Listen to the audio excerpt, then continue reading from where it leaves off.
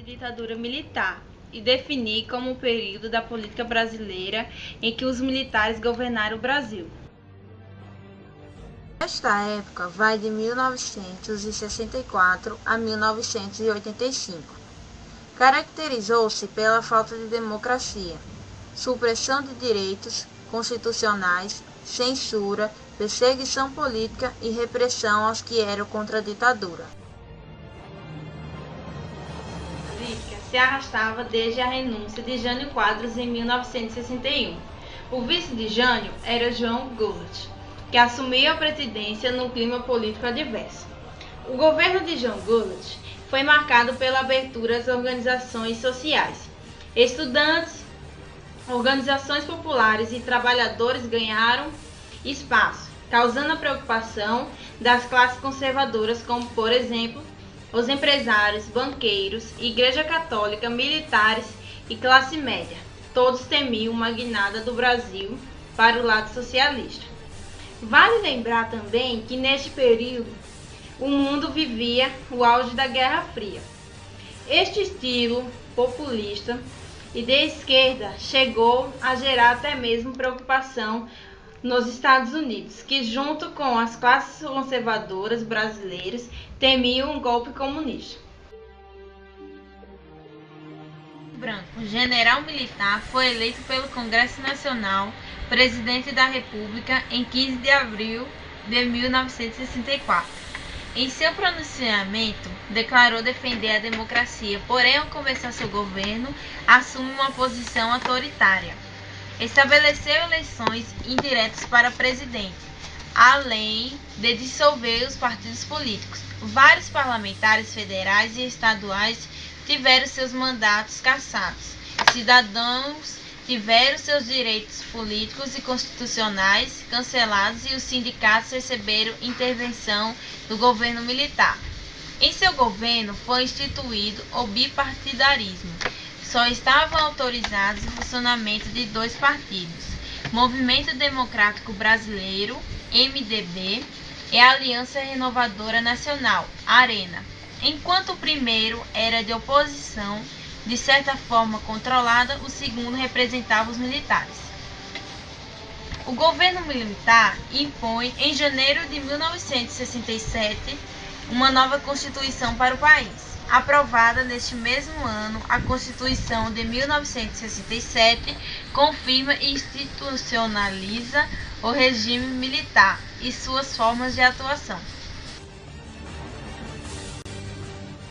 Em 1967, assume a presidência o general Arthur da Costa Silva, após ser eleito indiretamente pelo Congresso Nacional. Seu governo é marcado por protestos e manifestações sociais.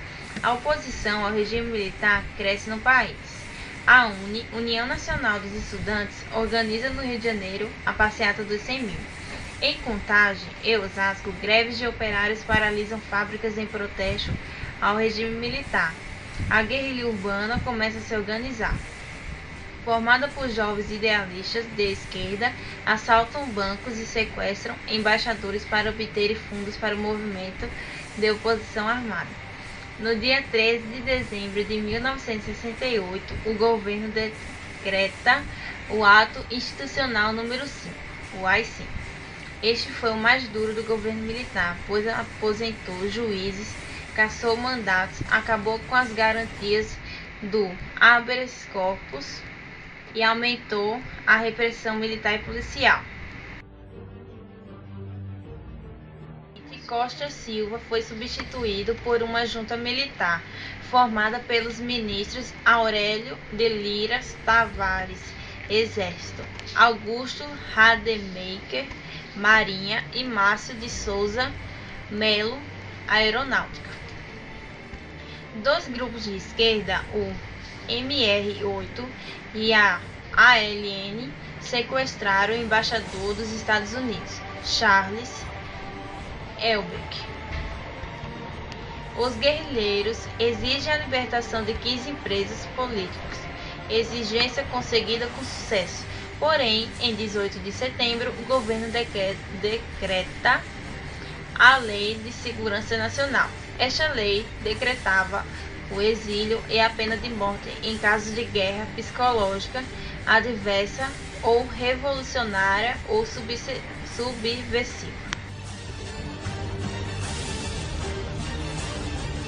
Em 1969, a junta militar escolhe o novo presidente, o general Eugênio Médici. Seu governo é considerado mais duro e mais agressivo no período conhecido como Anos de Chumbo. A repressão da luta armada cresce em uma severa política de censura e é colocada em jornais, revistas, livros, peças de teatro, filmes, músicas e outras formas de expressão artísticas. Muitos professores, políticos, músicos e artistas escritores são investigados, presos e torturados, e expulsos. Um exemplo de músicas são Cálice, que a professora passou na aula, Alegria, Alegria de Caetano Veloso, É Proibido, Proibido dele também, e Apesar de Você, de Chico Buarque.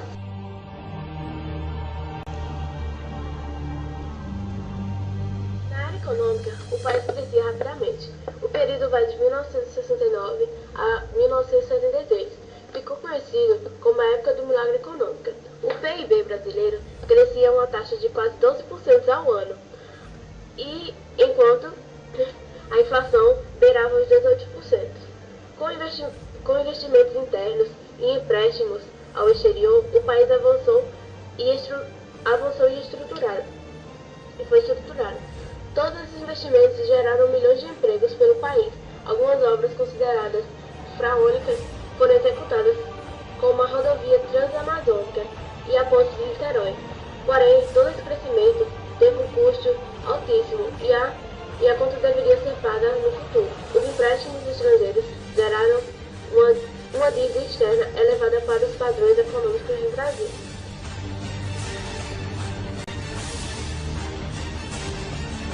Em 1974, assumiu a presidência o general Ernesto Geisel, que começou um lento processo de transição rumo à democracia. Seu governo coincide com o fim do milagre econômico e com a insatisfação da população em altas taxas. A crise do petróleo e a recessão mundial interferem na economia brasileira, no momento em que os créditos e empréstimos internacionais diminuem. Geisel anuncia a abertura política lenta, graduada e segura. A posição política começa a ganhar espaço. Na eleição de 1964, o MDB conquista 59% dos votos para o Senado, 48% da Câmara dos Deputados e ganha a prefeitura da maioria das grandes cidades. Os militares, na linha dura, não contentes com os caminhos do governo de Geisel, começam a promover ataques clandestinos aos membros da guerra. Em 1975, o jornalista Vladimir é assassinado nas independências em São Paulo. Em janeiro de 1976, o governo Manuel Fiel Filho aparece morto em situações semelhantes. Em 1978, Geisel acaba com o AI-5, restaura a habeas corpus e abre o caminho de volta para a democracia do Brasil.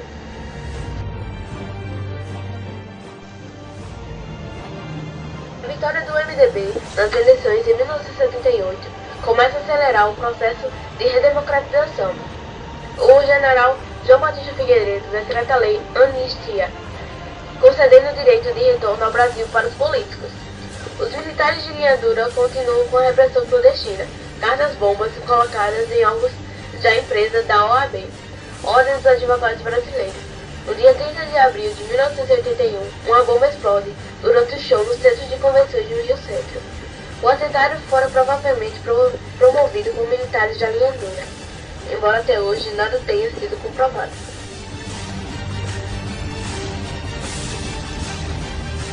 Nos anos do governo militar, o Brasil apresenta vários problemas, a inflação de alta e a recessão também.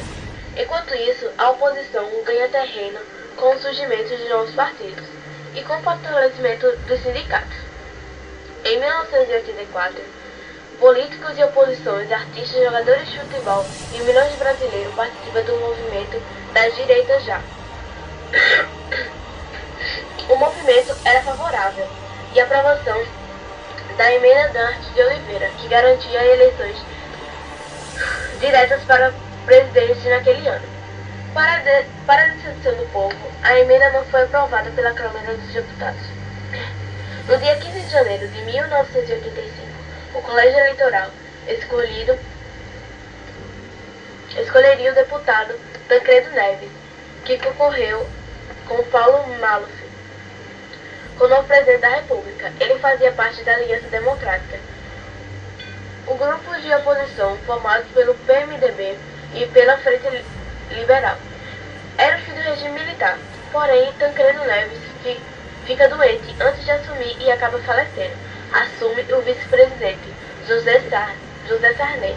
Em 1988, é aprovada uma nova Constituição para o Brasil, a Constituição de 1988. Apaga aos rastros da ditadura militar e estabelece princípios democráticos no país.